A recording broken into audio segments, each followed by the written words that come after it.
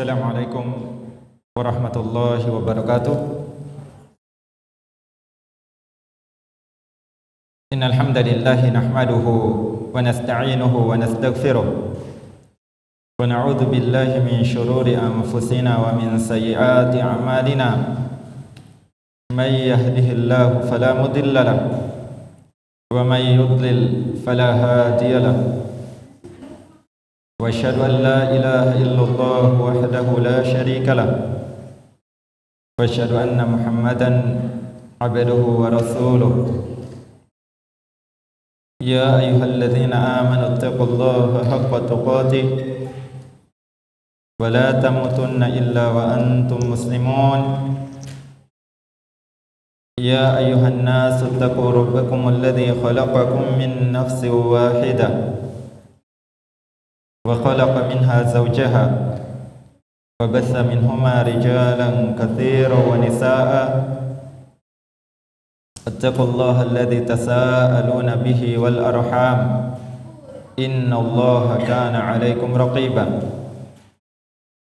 يا أيها الذين آمنوا اتقوا الله وقولوا قولا سديدا يصلح لكم أعمالكم ويغفر لكم ذنوبكم ومن يطع الله ورسوله فقد فاز فوزا عظيما. أما بعد فإن أصدق الحديث كلام الله تبارك وتعالى وخير الهدي هدي نبينا محمد صلى الله عليه وعلى آله وأصحابه وسلم. شر الأمور محدثاتها فإن كل محدثة بدعة وكل بدعة ضلالة وكل ضلالة في النار. معاشر الحاضرين والحاضرات rahimani wa rahimakumullahu jami'an. Ikhwati fillah, tiada kata yang patut untuk mengawali pertemuan kita pada sore hari ini selain memuji, menyanjung dan bersyukur kepada Allah Subhanahu wa taala yang telah mempertemukan kita di salah satu tempat yang terbaik yang ada di permukaan bumi ini, tempat yang paling dicintai dan diridhoi oleh Allah Subhanahu wa taala. Disebutkan di dalam hadis yang diriwayatkan oleh Al-Imam Muslim rahimahullah, yang datang dari hadis Abu Hurairah radhiyallahu taala anhu. Kata Nabi kita Muhammad sallallahu alaihi wasallam, ahabbul biladi ila Allahi masajiduha wa abghadul biladi ila Allahi aswaquha. Kata Nabi kita Muhammad sallallahu alaihi wasallam, tempat yang paling dicintai oleh Allah Subhanahu wa taala yang ada di permukaan bumi ini adalah masjid-masjid, dan tempat yang paling dibenci oleh Allah Subhanahu wa taala yang ada di permukaan bumi ini adalah pasar-pasar.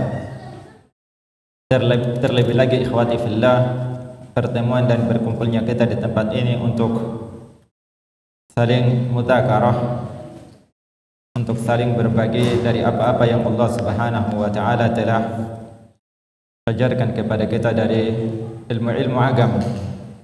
Dan dimaklumi bahwa majlisul ilm merupakan rawdatun min riyadil jannah, merupakan salah satu taman dari taman-taman surga. Ikhwati fillah, sebagaimana yang mungkin telah diketahui bahwa materi dari ceramah menjelang berbuka puasa pada kesempatan yang berbahagia ini adalah meraih cinta Allah Subhanahu wa taala, yaitu bagaimana seorang hamba berusaha untuk mendapatkan dan meraih keutamaan dari kecintaan Allah Subhanahu wa taala terhadap dirinya. Ikhwati wa akhwati fid din, sesungguhnya mendapatkan kecintaan dari Allah Subhanahu wa taala merupakan dambaan bagi setiap hamba. memperoleh rahmat kasih sayang dari Allah Subhanahu wa taala merupakan cita-cita, keinginan bagi setiap muslim dan muslimah. Bagaimana tidak ketika seorang hamba mendapatkan kecintaan dari Allah Subhanahu wa taala. Ketika seorang muslim dan muslimah telah memperoleh kecintaan dari Allah Subhanahu wa taala, maka dia akan mendapatkan berbagai macam kenikmatan, akan mendapatkan berbagai macam fadilah, akan memperoleh berbagai macam kebaikan dan keutamaan dari sisi Allah Subhanahu wa taala. Olehnya itu disebutkan di dalam hadis yang diriwayatkan oleh Al-Imam Al-Bukhari dan Imam Muslim rahimahumullahu taala, yang datang dari hadis Abu Hurairah radhiyallahu taala anhu. Kata Nabi kita Muhammad sallallahu alaihi wasallam, "Idza ahabba Allahu al-'abda nada Jibril." Apabila Allah Subhanahu wa taala mencintai seorang hamba, maka Allah Subhanahu wa taala akan menyeru, akan memanggil malaikat Jibril. Seraya Allah Subhanahu wa taala mengatakan, "Innallaha yuhibbu fulanan fa ahbibhu." Sesungguhnya Allah Subhanahu wa taala mencintai si fulan, mencintai orang itu, maka cintailah dia wahai malaikat Jibril. Fa ahabbahu Jibril, maka malaikat Jibril pun mencintainya. Kemudian malaikat Jibril menyeru kepada penduduk langit, yaitu para malaikat Allah Subhanahu wa taala yang ada di atas langit. Seraya mengatakan, "Innallaha yuhibbu fulanan fa ahibbuh." Sesungguhnya Allah Subhanahu wa taala itu mencintai si fulan, mencintai orang tersebut, maka cintailah dia. Fa ahabbahu ahlus sama, maka dengan serta-merta penduduk langit pun, yaitu dari kalangan para malaikat, mencintai hamba tersebut. Tsumma yudau lahul qabulu fil ard, kemudian akan diletakkan penerimaan untuk hamba tersebut di atas permukaan bumi ini. Syekh Muhammad bin Shalih Al-Utsaimin rahimahullahu taala ketika mengomentari hadis Rasulullah sallallahu alaihi wasallam, "Tsumma yudau lahul qabulu fil ard", kemudian akan diletakkan penerimaan untuk orang tersebut di muka bumi. Kata Syekh Ibnu Utsaimin rahimahullah, "Fayuhibbuhu ahlul ard", maksudnya akan dicintai oleh penduduk bumi. Maksudnya akan dicintai oleh penduduk bumi dan akan dicintai oleh orang-orang yang baik, orang-orang yang soleh. Yang menjadi patokan kecintaan di sini adalah orang-orang yang soleh, orang-orang yang baik. Adapun orang-orang yang jelek, bisa jadi mereka melakukan yang sebaliknya, membenci orang tersebut, padahal dia adalah kekasih Allah Subhanahu wa taala. Hanya saja yang menjadi patokan adalah as-solihun, yaitu orang-orang yang soleh. Ucapan Syekh Ibnu Utsaimin ini dinukilkan dari Syarah Riyadhus Shalihin pada jilid 3 halaman 271. Demikian pula disebutkan di dalam hadis yang diriwayatkan oleh Al-Imam Al-Bukhari rahimahullah, yang datang dari hadis Abu Hurairah radhiyallahu taala anhu, di mana Nabi kita Muhammad sallallahu alaihi wasallam meriwayatkan dari Allah Subhanahu wa taala, dan hadis ini disebut dengan nama hadis qudsi, atau disebut juga dengan nama hadis ilahi, atau bisa juga disebut dengan nama hadis rabbani. Kata Allah Subhanahu wa taala di dalam hadis yang disebutkan oleh para ulama sebagai hadis Auliyaur Rahman, hadis tentang wali-wali Allah Subhanahu wa taala, maka di antara potongan hadis tersebut Allah Subhanahu wa taala berfirman, "Fa idza ahbabtuhu kuntu sam'ahu allazi yubsiru bih, kuntu sam'ahu allazi yasma'u bih, wa basarahu alladhi yubsiru bih, wa yadahu allati yabtishu biha, wa rijlahu allati yamshi biha, wala in sa'alani la'utiyannahu wala in ista'adzani la'u'idzannah. Kata Allah Subhanahu wa taala, apabila saya telah mencintai seorang hamba, maka saya akan menjadi pendengaran dia yang dia mendengar dengannya, dan saya akan menjadi penglihatan dia yang dia akan melihat dengannya, dan saya akan menjadi tangan dia yang dia akan memegang dengannya, dan saya akan menjadi kaki dia yang dia akan melangkah dengannya. Apabila dia meminta, maka pasti saya akan beri, kata Allah Subhanahu wa ta'ala. Dan apabila dia memohon perlindungan, maka tentu saja saya akan memberikan perlindungan kepada dirinya, kata Allah Subhanahu wa ta'ala. Para ulama di dalam memaknai hadis qudsi ini, ada beberapa pendapat di kalangan para ulama. Ada beberapa pendapat di kalangan para ulama. Hanya saja kami akan menukilkan dari ucapan salah seorang imam yang bernama Muhammad ibn Abdul Latif Al-Jurdani Asy-Syafi'i rahimahullahu ta'ala di dalam buku beliau Al-Jawahirul Lu'lu'iyah fi Syarah Al-Arba'in An-Nawawiyah pada halaman 538. Kata beliau rahimahullahu ta'ala, ukhtulifa fi ma'na dzalik, telah terjadi khilaf, perbedaan pendapat para ulama di dalam memaknai firman Allah Subhanahu wa ta'ala, yaitu saya akan menjadi pendengaran dia. Apa maksudnya? Saya akan menjadi penglihatan dia. Apa maksudnya? Sebab di kalangan sebagian manusia salah memahami ucapan Allah Subhanahu wa ta'ala ini, menyangka maksudnya adalah Allah Subhanahu wa ta'ala bersatu dengan makhluknya, wal'iyazubillah.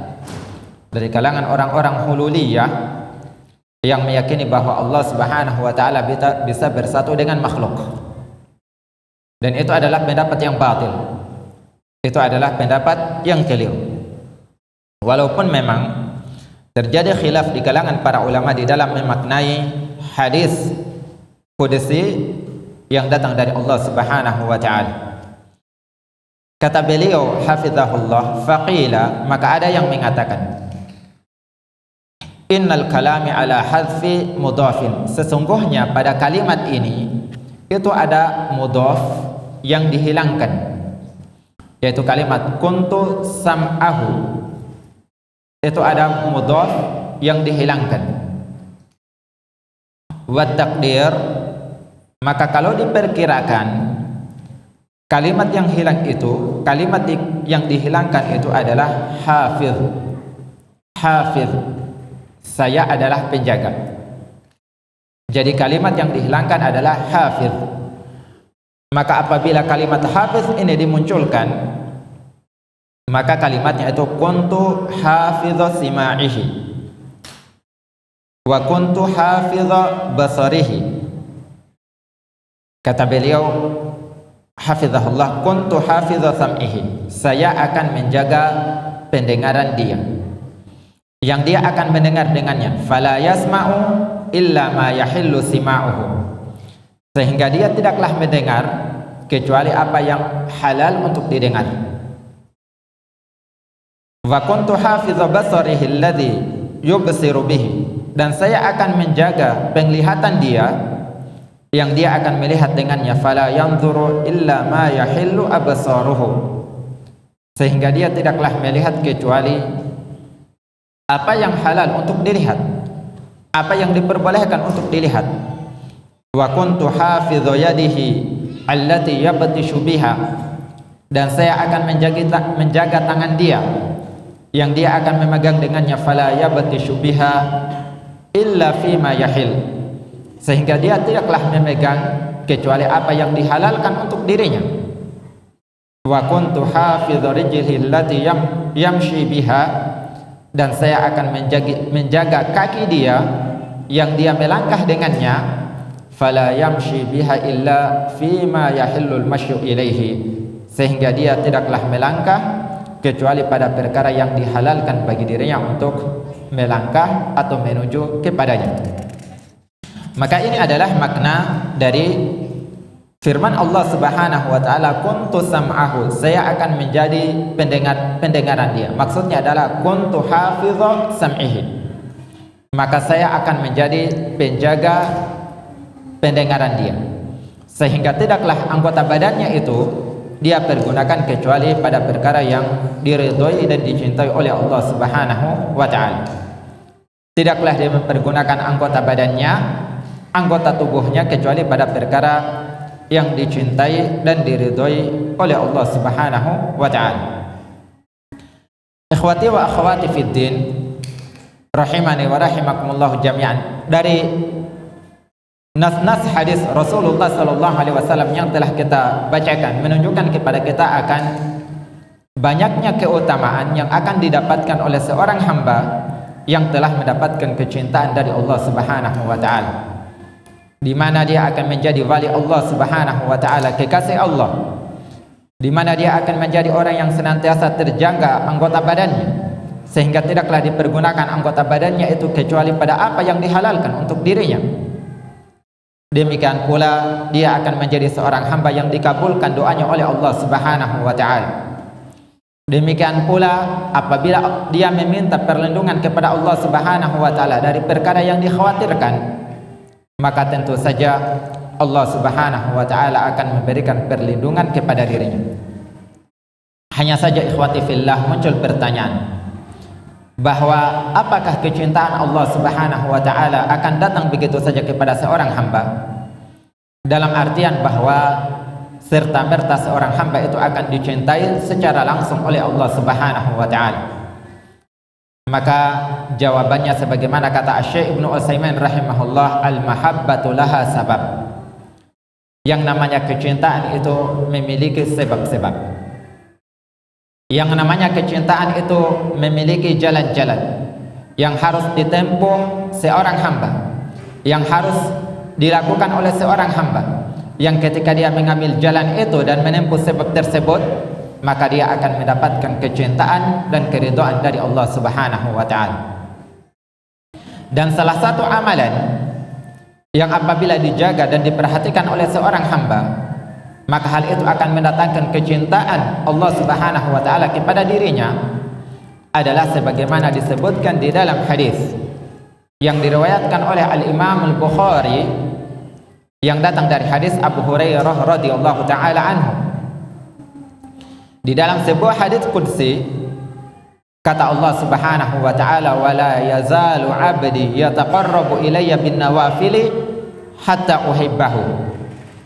Kata Allah Subhanahu wa taala, senantiasa seorang hamba itu mendekatkan dirinya kepadaku dengan mengerjakan amalan-amalan yang sunnah, amalan-amalan nawafil, amalan-amalan yang hukumnya sunnah, sehingga saya akan mencintai dia, kata Allah Subhanahu wa taala.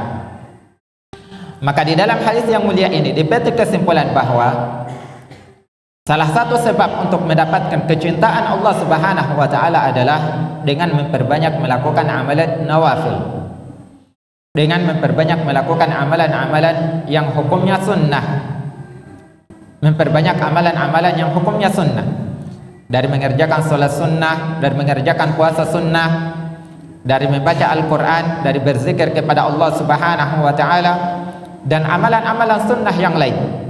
Ketika seorang hamba memperbanyak amalan-amalan ketaatan yang hukumnya sunnah, maka pasti dia akan mendapatkan dan meraih kecintaan dari Allah Subhanahu wa ta'ala. Berkata Asy-Syaikh Abdul Karim bin Abdullah Al-Khudair hafizahullah ta'ala ketika mengomentari hadis qudsi ini, kata beliau, al-iktsaru minan nawafil sababun li mahabbatillahi azza wa jalla lil 'abdi. Kata beliau hafizahullah, memperbanyak dari amalan-amalan yang hukumnya sunnah akan menjadi sebab kecintaan Allah Subhanahu wa ta'ala kepada seorang hamba. Demikian pula kata Syekh Muhammad bin Shalih Al-Utsaimin rahimahullah, idza aktsarta minan nawafili fa abshir bi mahabbatillahi laka. Apabila engkau itu banyak melakukan amalan-amalan yang hukumnya sunnah, maka bergembiralah, berbahagialah dengan kecintaan Allah Subhanahu wa taala atas dirimu. Maka ikhwati wa akhwati fid din, memperbanyak dari amalan-amalan yang sunnah, memperbanyak dari amalan-amalan nawafil, maka ini akan menjadi sebab seorang hamba untuk dicintai dan diridhoi oleh Allah Subhanahu wa taala. Namun sangat disayangkan sekali, sebagian dari kalangan hamba-hamba Allah Subhanahu wa taala, sebagian dari kalangan kaum muslimin meremehkan, memandang kecil dari amalan yang hukumnya sunnah.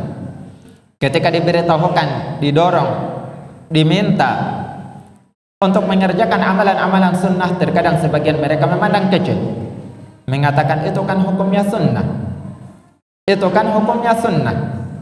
Seakan-akan amalan sunnah itu adalah sesuatu yang kecil di mata dirinya. Dia memandang remeh perkara yang amalan sunnah.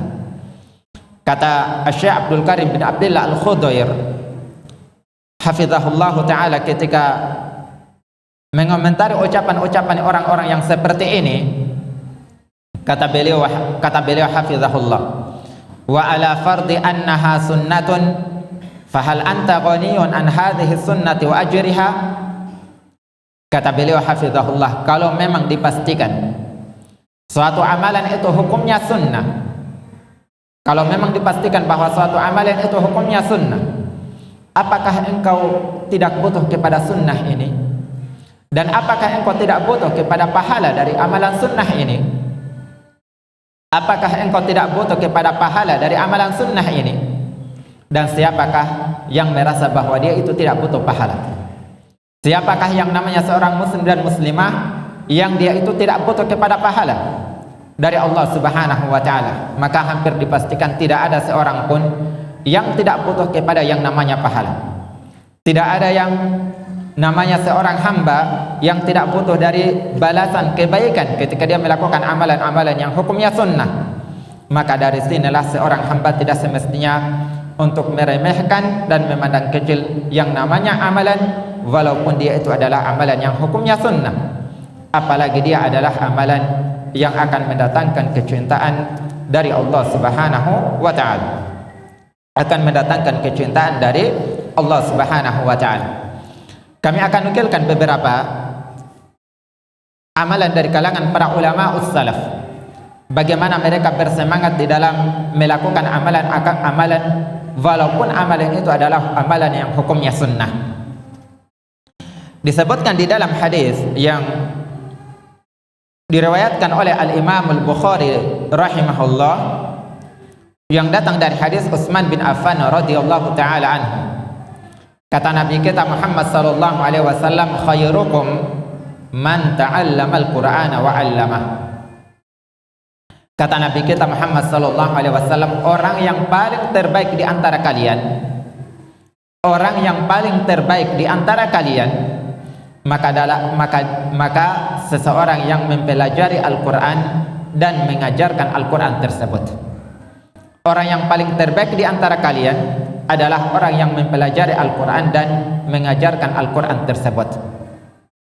Masuk mempelajari Al-Qur'an maksudnya adalah membaca Al-Qur'an, mempelajari makna Al-Qur'an dan mengamalkan Al-Qur'an. Itu merupakan bagian dari mempelajari Al-Qur'an. Demikian pula masuk cakupan dari mengajarkan Al-Qur'an adalah mengajarkan membaca Al-Qur'an, mengajarkan makna-makna Al-Qur'an, dan mengajak orang untuk mengamalkan Al-Qur'an. Ini pun masuk dalam cakupan mengajarkan Al-Qur'an. Maka siapa saja yang mempelajari Al-Qur'an dan mengajarkan Al-Qur'an, maka dia adalah manusia yang terbaik di sisi Allah Subhanahu wa ta'ala. Kata Abu Abdurrahman As-Sulami rahimahullahu ta'ala, fadzalika aq'adani maq'adi hadza, maka karena hadis inilah yang menjadikan saya untuk senantiasa menempati tempat duduk ini. Maksudnya adalah karena hadis inilah yang menjadikan saya untuk senantiasa mengajarkan Al-Qur'an. Dan disebutkan bahwa Abu Abdurrahman As-Sulami ini mengajarkan Al-Qur'an mulai dari pemerintahan Utsman bin Affan radhiyallahu taala anhu sampai dengan pemerintahan Al-Hajjaj bin Yusuf, dan disebutkan jaraknya itu adalah selama 40 tahun. Selama 40 tahun. Demikian pula Disebutkan di dalam hadis yang diriwayatkan oleh Al-Imam Muslim rahimahullah, yang datang dari hadis Ummu Habibah radhiyallahu taala anha. Kata Nabi sallallahu alaihi wasallam, man shalla isnatai asyarata rak'atan fi yaumin wa lailatin bunya lahu bihinna baitun fil jannah. Kata Nabi kita Muhammad sallallahu alaihi wasallam, siapa saja yang mengerjakan salat sunnah 12 rakaat, siapa saja yang mengerjakan salat sunnah 12 rakaat dalam sehari semalam, maka akan dibangunkan untuk dirinya dengan salat sunnah tersebut sebuah rumah di dalam surga. Siapa saja yang mengerjakan salat sunnah 12 rakaat dalam sehari semalam, maka akan dibangunkan untuk dirinya sebuah rumah di surga dengan salat sunnah tersebut. Dan disebutkan daripada rincian 12 salat sunnah ini adalah 4 rakaat sebelum zuhur, 2 rakaat setelahnya, 2 rakaat setelah maghrib, 2 rakaat setelah isya, dan 2 rakaat sebelum salat subuh. Semuanya adalah 12 rakaat. Maka siapa saja yang menjaga salat sunnah 12 rakaat ini dalam sehari semalam, maka akan dibangunkan untuk dirinya sebuah rumah di surga. Kata Ummu Habibah radhiyallahu taala anha, kata beliau, wa ma taraktuhunna munzu sami'tuhunna min Rasulillah sallallahu alaihi wasallam. Saya tidak pernah meninggalkan salat sunnah ini sejak saya mendengarkan dari Nabi kita Muhammad sallallahu alaihi wasallam. Kata Ambasah yang meriwayatkan hadis ini dari Ummu Habibah, kata beliau, ma taraktuhunna mundu sami'tuhunna min Ummi Habibata radhiyallahu taala anha. Saya tidak pernah meninggalkan 12 rakaat salat sunnah ini sejak saya mendengarnya dari Ummu Habibah radhiyallahu taala anha. Berkata Amr ibnu Aus yang mendengarkan dari Ambasah, kata beliau, ma taraktuhunna mundu sami'tuhunna min Anbasah. Saya tidak pernah meninggalkannya sejak saya mendengarkan hadis ini dari Ambasah. Dan berkata pula An-Nu'man ibnu Salim, ma taraktuhunna munzu sami'tuhunna min Amr ibnu Aus. Dan saya tidak pernah meninggalkan salat sunnah 12 rakaat ini sejak saya mendengar dari Amr ibnu Aus. Maka perhatikan ikhwati fillah, bagaimana semangat para ulama ussalaf terhadap amalan-amalan, terhadap kebaikan-kebaikan, walaupun amalan dan kebaikan itu adalah amalan yang hukumnya sunnah. Maka mereka adalah manusia yang paling bersemangat untuk melakukan dan mengerjakan amalan ketaatan tersebut. Berkata Al-Imam Muhammad bin Idris Asy-Syafi'i rahimahullahu ta'ala, ketika beliau menyikapi tentang hukum mandi pada hari Jumat. Dimaklumi bahwa mandi pada hari Jumat untuk mengerjakan salat Jumat ada khilaf di kalangan para ulama.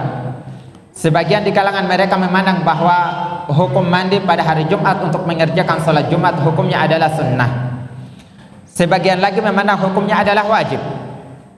Hanya saja menurut ulama Syafi'iyah, ulama-ulama mazhab Syafi'i, hukumnya adalah sunnah. Akan tetapi apa kata Al-Imam Asy-Syafi'i rahimahullah? Kata beliau, wala taraktu ghuslal jumu'ati fi harrin wala baradin wala safarin wala ghairihi. Kata Al-Imam Syafi'i rahimahullah, saya tidak pernah meninggalkan sedikit pun, saya tidak pernah meninggalkan sedikit pun untuk mengerjakan mandi pada hari Jumat, baik itu dalam keadaan panas maupun dingin, dalam keadaan musafir dan selainnya.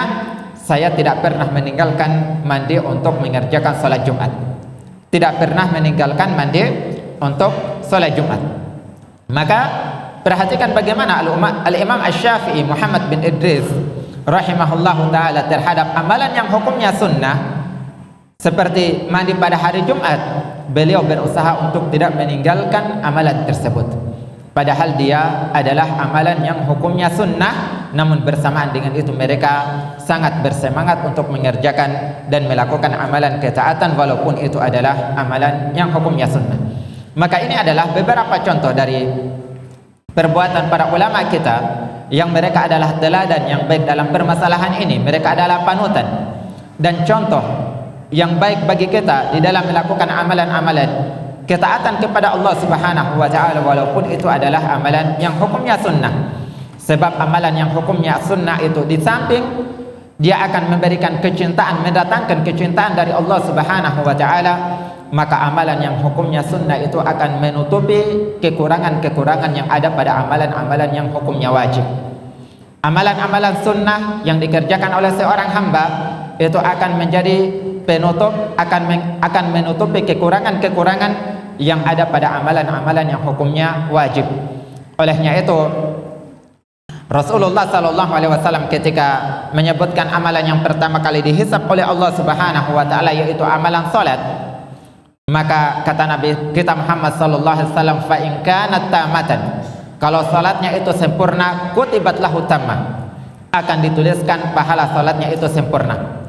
Akan tetapi wa in intaqasa, apabila ada kekurangan pada salatnya itu, maka Allah mengatakan unzuru hal li abdi min tatawwu'in, maka lihatlah apakah ada dari amalan-amalan sunnah yang dikerjakan oleh hambaku tersebut, sehingga dengan amalan sunnah tersebut akan menutupi kekurangan-kekurangan yang ada pada amalan-amalan yang wajib tersebut, menutupi kekurangan pada amalan-amalan yang wajib tersebut. Maka dari sini ikhwati fillah, semestinya lah kita untuk senantiasa bersemangat di dalam melakukan amalan-amalan ketaatan beribadah kepada Allah Subhanahu wa taala, dan tidak semestinya bagi kita untuk memandang kecil yang namanya amalan ketaatan walaupun amalan itu adalah amalan yang sedikit. Sebab kata Nabi kita Muhammad sallallahu alaihi wasallam, ahabbul a'mali ilallah adawamuha wa in qalla. Amalan yang paling dicintai oleh Allah Subhanahu wa taala adalah amalan yang kontinu walaupun amalan itu adalah amalan yang sedikit. Semoga Allah Subhanahu wa taala senantiasa memberikan hidayah dan taufik kepada diri-diri kita, menanamkan keimanan, ketakwaan di dalam hati-hati kita, yang dengannya kita akan bersemangat di dalam melakukan amalan-amalan ketaatan beribadah kepada Allah Subhanahu wa taala, yang dengannya Allah Subhanahu wa taala akan memuliakan kita dalam kehidupan dunia dan dalam kehidupan di negeri akhirat. Demikian apa yang disampaikan, semoga ada manfaatnya. Subhanakallahumma bihamdika wa asyhadu an la ilaha illa anta astaghfiruka wa atubu ilaik, wa sallallahu ala nabiyyina Muhammadin wa ala alihi wa ashabihi wa sallama tasliman katsira, wa akhiru da'wana anil hamdulillahi rabbil alamin. Wassalamu alaikum warahmatullahi wabarakatuh.